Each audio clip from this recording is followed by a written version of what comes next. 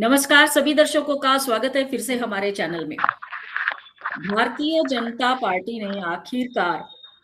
एक युवा अध्यक्ष चुन लिया। कई दिनों से या बल्कि कई महीनों से चर्चा हो रही थी कि इनको बनाया जाएगा, उनको बनाया जाएगा, लेकिन फिर एक बार पार्टी ने सबको सरप्राइज किया और लगभग 45 इयर्स ओल्ड नितिन नवीन ये अध्यक्ष बनने जा रहे हैं। ये क्या इम्पोर्टेंस है इसका, और ऐसे डिसीजंस लेके जो भारत की सबसे बड़ी पार्टी है बीजेपी, वो एक सेटअप करना चाहती है या फिर एक एग्जाम्पल सेट करना चाहती है कि कैसे युवा शक्ति के साथ पार्टी के साथ साथ देश भी आगे बढ़ सकता है। वो इसी के ऊपर हम चर्चा करेंगे और हमने आमंत्रित किया है और जुड़े हैं हमारे साथ सुप्रीम कोर्ट के lawyer advocate Pankaj Joshi ji. Sir, thank you once again, जी आप हमारे साथ जुड़े। जी नमस्कार मैडम, और आपके सभी व्यूअर्स के लिए बहुत बहुत नमस्कार। तो जैसे कि सर अभी फिर से एक बार सरप्राइज दिया है बीजेपी ने, एक युवा नेता नितिन नवीन जी को चुनकर राष्ट्रीय अध्यक्ष बनने जा रहे हैं। जी सबसे पहले भारतीय जनता पार्टी के नवनियुक्त हुए और माननीय नितिन नवीन जी को बहुत बहुत शुभकामनाएं। और इनका राष्ट्रीय अध्यक्ष बनना निश्चित तौर पर भारतीय जनता पार्टी के अनेक करोड़ों करोड़ों कार्यकर्ताओं के बीच में निश्चित रूप से एक अदम्य साहस और ऊर्जा का संचार करेगा। एक युवा कार्यकर्ता के नाते जितने भी कार्यकर्ता हैं उन सभी में एक जोश भरेगा। और निश्चित तौर पे भारतीय जनता पार्टी का ये जो कदम है, ये एक दूरदर्शी सोच का को आगे रेखांकित करते हुए, क्योंकि इससे जो भी स्टेप, जो भी भारतीय जनता पार्टी जिस तरह से ये क्रांतिकारी बदलाव लेने में सक्षम है, और जिसमें कहीं ना कहीं राष्ट्रीय स्वयंसेवक संघ के भी एक लंबी पारी खेलने के लिए, क्योंकि आने वाले दिनों में जिस तरह से लगातार जो चैलेंज जो है वो पार्टी के समक्ष हैं, तो उसमें अगली पीढ़ी दर पीढ़ी जिस तरह से परिवर्तन एक होता है, तो उसमें यह परिवर्तन भी उसी का एक संकेत है कि। और जिस तरह से उनकी जो आयु जो है वो 45 है, लेकिन अनुभव बहुत ज्यादा है। मृदुभाषी हैं, सौम्य हैं, और और सभी कार्यकर्ताओं के बीच में घुले मिले हैं, और वैचारिक स्तर पर और विचारधारा के स्तर पर संघ परिवार के साथ जिस तरह से उनका तालमेल है, तो इन सभी कारणों के कारण माननीय प्रधानमंत्री जी नरेंद्र मोदी जी, माननीय गृह मंत्री जी अमित शाह जी, एवं संसदीय बोर्ड के सभी सभी सदस्यों ने, एवं संघ एवं राष्ट्रीय स्वयंसेवक के टॉप लीडरशिप ने, सर कार्यवाही ने सभी ने जो भी एक ये उचित निर्णय लिया है, इसके कारण निश्चित तौर पर भारतीय जनता पार्टी को बड़ा ही लाभ होगा। और एक मास लेवल पे जो कार्यकर्ताओं के बीच में जो एक मैसेज देने की कोशिश की है, ये निश्चित तौर पे एक सफल संदेश और एक पॉजिटिव संदेश निश्चित तौर पे ये गया है। ये सर, सर अगर हम बात करते हैं कि एकदम से ये युवा नेता जो है अभी अध्यक्ष बनने जा रहे हैं, तो सर इस बीच में मतलब अभी सपोज फर्स्ट जनरेशन में मोदी जी आते हैं, अमित शाह जी आते हैं, ये सारे जो एक्सपीरियंस नेता आते हैं, वो सेकंड जनरेशन में सर काफी सारे ऐसे नेता हैं जो सोच सकते थे कि इनको भी बनाया जाए, लेकिन एकदम से थर्ड जनरेशन पे जो 45 इयर्स या 45 के 50 के बीच में है, उनको चुना गया सर। तो ये एक बहुत बड़ी प्लानिंग है सर, लॉन्ग टर्म प्लानिंग जिसको बोला जाता है। बिल्कुल, ये तो देखिए, ये तो इस बात से बिल्कुल साफ संकेत दिखाई ही दे रहे हैं कि आने वाले समय के लिए, क्योंकि नरेंद्र मोदी जी, माननीय प्रधानमंत्री जी की जो एक दूरगामी सोच रहती है कि हमारे संगठन का किस तरह से विकास हो, और जो हमारे ऑर्गेनाइजेशन के जो भी विचार हैं वो जनता तक कैसे पहुंचे, ज्यादा से ज्यादा मात्रा में कैसे पहुंचे। तो उनका और माननीय प्रधानमंत्री जी का यही जो सोच है, और उसमें ऐसे व्यक्ति पर भी उस भरोसे को टिकाए रखना जो कि मतलब फर्स्ट लीडरशिप में नहीं आते हैं, सेकंड लीडरशिप में हैं। तो और उन पे भरोसा जता के और उन्हें इतनी बड़ी जिम्मेदारी देना, ये निश्चित तौर पे माननीय प्रधानमंत्री जी की जो एक कर्मठता है कि संगठन में और हर व्यक्ति पे उनकी जो नज़र है कि कौन व्यक्ति कितनी मेहनत कर रहा है और उसका आगे तक क्या है, और उसके बाद पार्टी को कौन आगे बढ़ा के ले जा सकता है, क्योंकि उसमें एक त्याग की भावना भी कहीं न कहीं देखी जाती है कि निश्चित तौर पे संगठन में चाहे कोई भी संगठन हो, उसमें कार्य करने वालों के साथ-साथ अ, और और भी हर तरह के लोग रहते हैं। तो उसमें तो किसको अधिक महत्व देना है और किसके आइडिया पार्टी के लिए पॉजिटिव रहते हैं और उसमें किस तरह से वो आगे दूरगामी सोच तक जाते हैं। तो इन सभी बातों को गंभीरता से लेते हुए जिस प्रकार का ये डिसीज़न प्रधानमंत्री जी का है और संगठन का है, तो निश्चित तौर पे इससे भारतीय जनता पार्टी की जो भी राष्ट्रीय कार्यकारिणी, क्योंकि इसके बाद जो भी जिस तरह से भी सभी चाहे प्रदेश प्रभारी हों या प्रदेश अध्यक्ष हों या जिस तरह से भी जो भी संगठन के स्तर पे जिस तरह से बदलाव जो देखने को मिल रहा है, तो इसका कहीं न कहीं कार्यकर्ताओं के बीच में और संगठन के दृष्टिकोण से जब देखेंगे तो इसका बड़ा ही अच्छा जो परिणाम है वो देखने को मिलेगा। क्योंकि जो पार्टी की जो आइडियोलॉजी है ये और और जो भारतीय जनता पार्टी की सरकार के जो भी विज़न है, जो काम है, उनको जनता तक लेके जाना, उसमें संगठन का एक विशेष रोल रहता है। अगर कोई युवा है, ऊर्जावान है, कार्यशैली उसकी अच्छी है और वो सभी को साथ लेके चल सकता है और जैसे कि इनके इनको भी जब से क्योंकि युवा मोर्चा में काम किया है और ख़ास करके ये बिहार के युवा मोर्चा के अध्यक्ष रहे हैं। छत्तीसगढ़ की जब इलेक्शन कैम्पेनिंग जो हुई थी उसके इंचार्ज रहे हैं। तो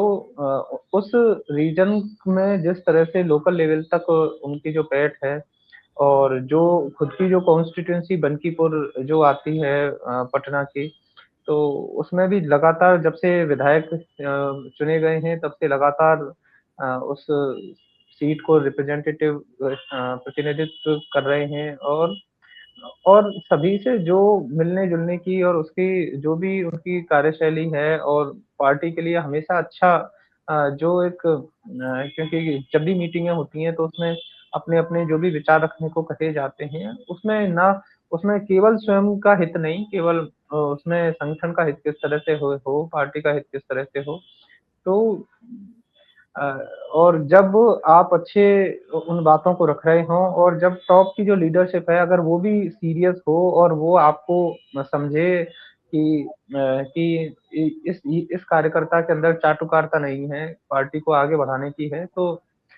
उसमें क्योंकि कई बार नीचे के कई कार्यकर्ता जैसे कि जब हम कांग्रेस पार्टी में देखते हैं चाहे कुछ भी हो जाए लेकिन लीडर तो राहुल गांधी जी ही रहेंगे, तो वो तो वहाँ तो परिवर्तन ही संभव नहीं है। या दूसरी और भी जो परिवारवादी जितनी भी पार्टियाँ हैं, वहाँ भी कोई परिवर्तन संभव नहीं है। तो नीचे का कार्यकर्ता चाहे कितना भी अच्छे से अच्छा आइडिया दे ले, चाहे कोई विचार रख ले, तो उसमें कहीं कोई परिवर्तन आना पॉसिबल ही नहीं है। तो जो एक ग्रो करने की जो भारतीय जनता पार्टी और संघ परिवार की जो वैचारिक जो है, वो इसी के कारण लगातार चाहे उसकी गति कम हो, ज़्यादा हो लगा लेकिन वो हमेशा लगातार रही है और वो पॉज़िटिव वे में एक ऊपर की तरफ है, जिस तरह से सेंसेक्स को कह दिया जाता है कि वो हमेशा ऊपर की तरफ ही धीरे-धीरे जाएगा।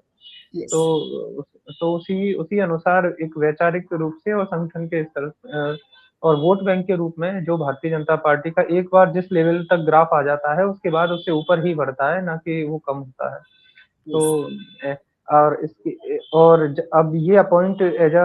नेशनल वर्किंग प्रेसिडेंट के तौर पे हुए हैं, तो इसके बाद निश्चित तौर पे जो भी परिणाम आएँगे, क्योंकि इसके बाद फिर लगातार इलेक्शन होंगे, तो उन सभी में इनका जो है वो किस तरह से है वो पार्टी के जितने भी कार्यकर्ता हैं और मजबूती से इनके साथ रहेंगे और पार्टी के लिए और अच्छे से काम करेंगे। Yes sir. सर अभी अगर बात करते हैं तो जो है नितिन नवीन जी, ये भी सर आरएसएस की विचारधाराओं से जुड़े हुए हैं। तो पार्टी लगातार ये सोचती है या फिर है कि वो विचारधारा भी साथ चले, उससे जुड़ाव रखने वाले भी आगे आए। देखिए आप ये तो निश्चित तौर पे जान सकते हैं कि कोई भी लीडरशिप जो है वो वैचारिक रूप से जब तक वो स्ट्रांग नहीं है तो ये तो किसी भी पॉलिटिकल पार्टी की पहली नीड रहती है। तो भारतीय जनता पार्टी का हर कार्यकर्ता राष्ट्रीय स्वयंसेवक संघ का भी स्वयंसेवक है और ये तो बात बिल्कुल स्पष्ट है। जहाँ तक महत्वपूर्ण ज़िम्मेदारियाँ मिलना या किस तरह से आगे बढ़ना है, तो वो उसमें व्यक्ति विशेष की स्वयं की कर्मठता, कार्यशैली और हमेशा सकारात्मक बने रहना, सभी के साथ मिलना-जुलना और अपने खुद को चाहे आपका डेज़िग्नेशन प्रोफ़ाइल कितना भी हाई हो, लेकिन खुद के प्रोफ़ाइल को लो रखते हुए और सभी के साथ तालमेल रखना, ये व्यक्तिगत चीज़ें और उसमें आप जो भी आपको ज़िम्मेदारी दी जा रही हैं, उसमें 100% देना और फिर उसके बाद लगातार उन चीज़ों को फ़ॉलो अप करना, ये जो भी एक कार्यकर्ता की बेसिक जो भी चीज़ें हैं, यही धीरे-धीरे चीज़ें जब एक लगातार क्रम से आपके साथ जुड़ती चली जाती हैं, तो अ, उसके बाद लेकिन ऐसा भी नहीं कहा जा सकता है कि क्योंकि नितिन नवीन जी लगातार पिछले म विधायक रहे हैं, मंत्री रहे हैं और संगठन के स्तर पर भी प्रेसिडेंट जैसी पोज़ीशनों पे रहे हैं। तो उनका हर तरह का अनुभव है, हर तरह की चीज़ें हैं और हाँ, संघ परिवार ने तो पहले ही स्पष्ट कर दिया कि हम अपने पोज़ीशनों पे सभी जो युवा हैं उनको हम देंगे तो और वैसे भी चाहे खंड प्रचारक भी हों, जिला प्रचारक भी हों, विभाग प्रचारक भी हों, सभी निश्चित तौर पे एकदम युवा के तौर पे कार्य करते हैं। तो ये बदलाव भारतीय जनता पार्टी में भी दिखाई दे और उसके लिए जो नए युवा जो चेहरे हैं और वो कुशलता के साथ वो अगर पार्टी की बागडोर को सँभालते हैं और तो निश्चित तौर पे ये देश के लिए एक सुखद बदलाव होगा क्योंकि एक युवा ही देश को आगे बढ़ा सकता है और उसके उसमें जो ऊर्जा रहती है तो उसका सदुपयोग देश के लिए हो ये एक अच्छी बात है। और यस। इस इस चीज़ को माननीय प्रधानमंत्री जी ने सोचा है और उसी के अनुसार संगठन में जितने भी बदलाव दिखाई दे रहे हैं, चाहे जो भी मुख्यमंत्री चुने जा रहे हों चाहे संगठन के स्तर पे जितने भी जिनका भी चुनाव किया जा रहा है, वो इसी के अनुसार किया जा रहा है, तो ये बहुत बड़ी अच्छी बात है। यस। सर, जैसे आपने बताया कि काफ़ी सारे यंगस्टर्स को या फिर यंग लोगों को सपोर्ट करती हुई सर एक प्रकार से हम ये कह सकते हैं कि भारतीय जनता पार्टी या फिर आरएसएस ये एक एग्ज़ाम्पल सेट कर रही है कि जब नई पीढ़ी को मौका दिया जाता है तो वो नई पीढ़ी भी उभर कर आती है सामने। जैसे फिर पास्ट इतिहास देखते हैं तो सर पहले 1982 में सर हमने देखा विजया राजे सिंधिया जी आई थी, फिर उमा भारती जी आए थे। उन्होंने वो ज़िम्मेदारी रिस्पॉन्सिबिलिटी बहुत अच्छे से निभाई। फिर उसके बाद और आए अरुण जेटली जी आए, सुषमा स्वराज जी आए थे। तो लगातार हम देखते आ रहे हैं कि एक पीढ़ी तैयार हो जाती है, तो एक प्रकार से फ्यूचर के लिए पीढ़ियाँ तैयार हो रही है पार्टी के लिए। तो अभी भी सर हम देखते हैं कितने सारे जो मुख्यमंत्री है बीजेपी के राज्य में वो यंग है। तो लीडरशिप वही होती है जो लीडर्स को और क्रिएट करते रहते हैं, मतलब लीडरशिप का डेफिनेशन लगभग ऐसा ही होता है। तो सर ये एक बहुत बड़ा एक एग्जाम्पल सेट हो रहा है। देखिए ये तो बात आप बिल्कुल सही है क्योंकि जिस तरह से जो परिवर्तन है वो धीरे-धीरे क्रमानुसार और होता है उसमें चाहे पहले अडवाणी जी थे, अडवाणी जी के बाद फिर उसके बाद जो नेक्स्ट अडवाणी जी, मुरली मनोहर जोशी जी के बाद जब नेक्स्ट लीडरशिप में ये सुषमा स्वराज जी और ज इनका नाम लिया आपने और उसके बाद फिर ये माननीय प्रधानमंत्री जी मोदी जी और अभी अभी जो नया एक ये जो पीढ़ी दर जो पीढ़ी का जो परिवर्तन चल रहा है तो अ, और वैसे भी जब दूसरी पार्टियों से जब हम तुलना करते हैं तो चाहे कांग्रेस पार्टी के हम लीडर को देखते हैं मल्लिकार्जुन खड़गे जी लगभग 83 इयर्स के हैं और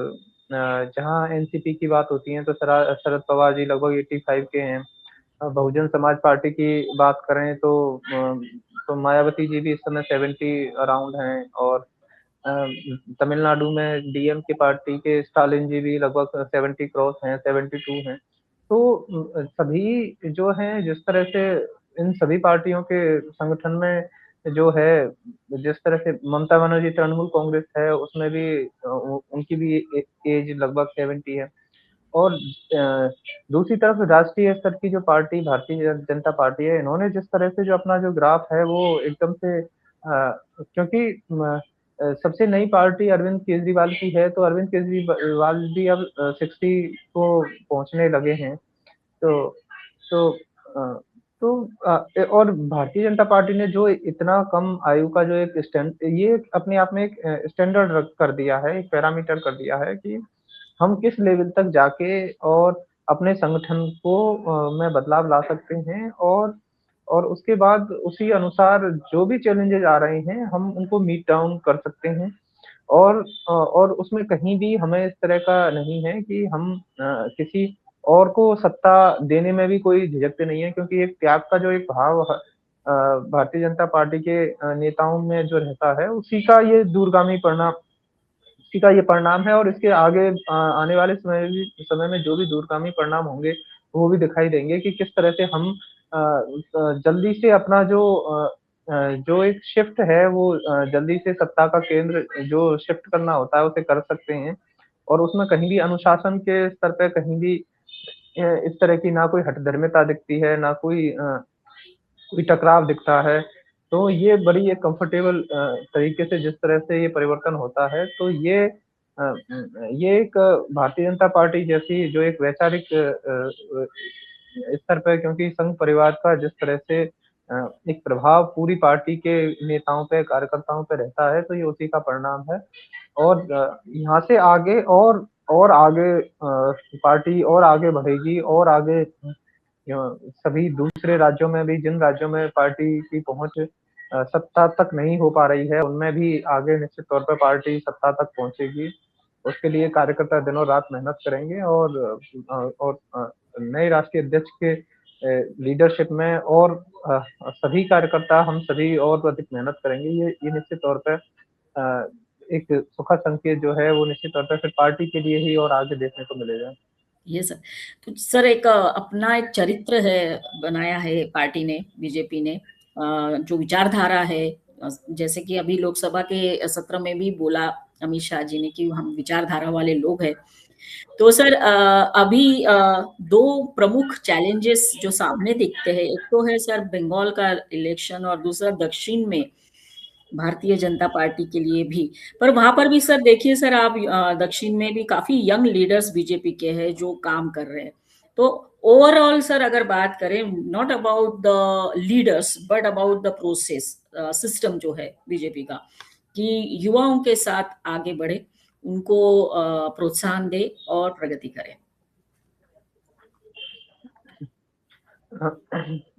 नहीं, ये तो बात पहली बार में ही जो है वो क्लियर आ रही है कि अब जितने भी जो बदलाव होंगे उसमें आयु का विशेष ध्यान रखा जाएगा, और उसके अनुसार पहले से ही काफ़ी पिछले लगातार 15 साल से जो है इस बारे में काम किया जा रहा है, और वो परिवर्तन भी दिखाई दे रहे हैं। और नए इनका आगे जब इस बार जब इलेक्शन होगा तो उसमें चाहे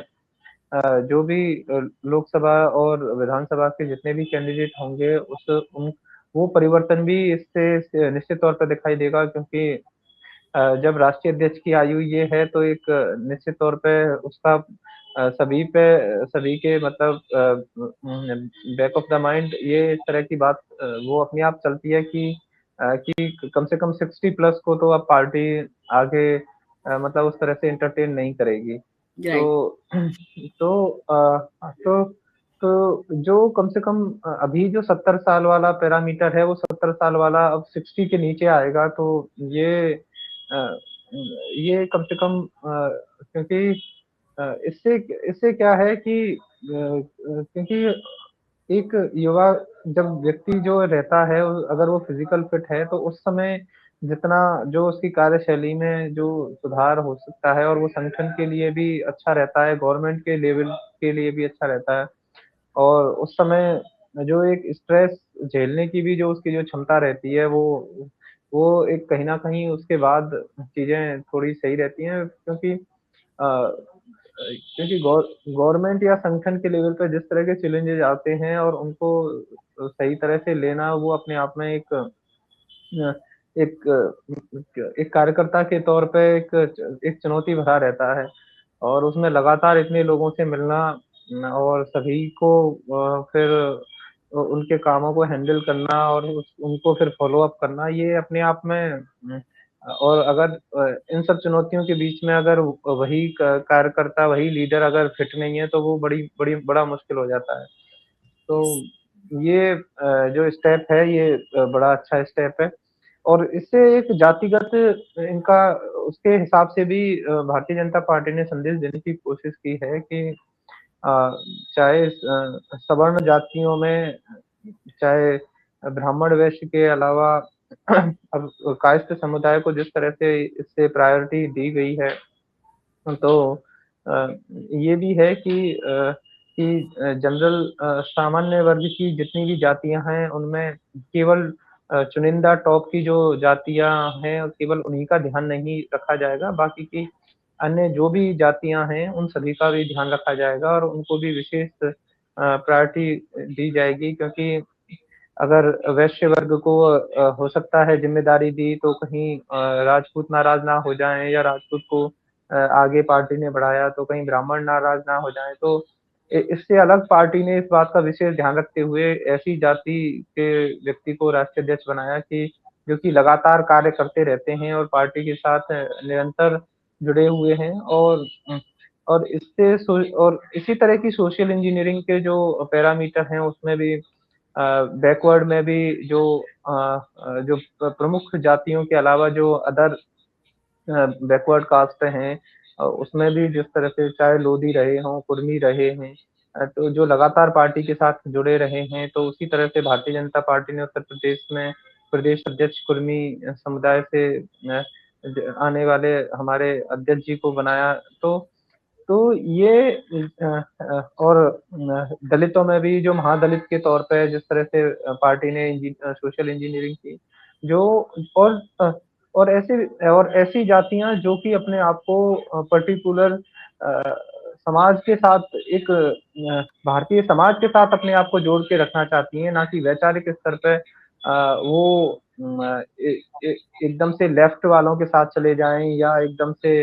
दलित की राजनीति करने लग जाएँ, इस तरह से ना करके एक सभी समाज के सभी वर्गों के साथ जो जातियाँ जुड़ी रहती हैं, काम करती हैं, तो ऐसी सभी जातियों को भारतीय जनता पार्टी ने अपने साथ जोड़ा है और जोड़ के रखा है। और इसी तरह से उन्हीं के बीच में से संगठन के शीर्ष स्तर तक ऐसे व्यक्तियों को जगह देना, तो इसके कारण एक पूरा जो वोट बैंक है, वो उसका निश्चित तौर पे असर पड़ेगा और आगे इसके दूरगामी जो भी परिणाम रहते हैं, तो वो निश्चित तौर पे दिखाई देंगे। और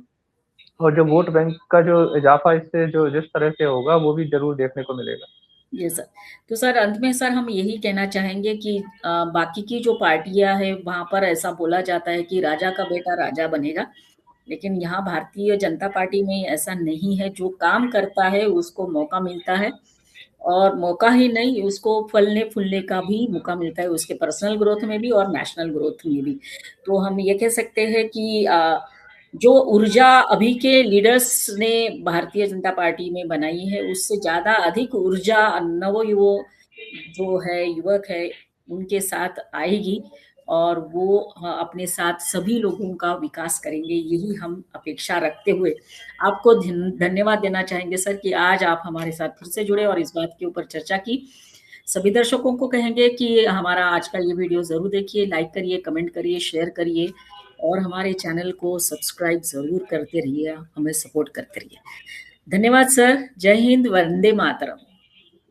जी, आपने मुझे समय दिया, इसके लिए भी आपका बहुत-बहुत धन्यवाद। जय हिंद, वंदे मातरम।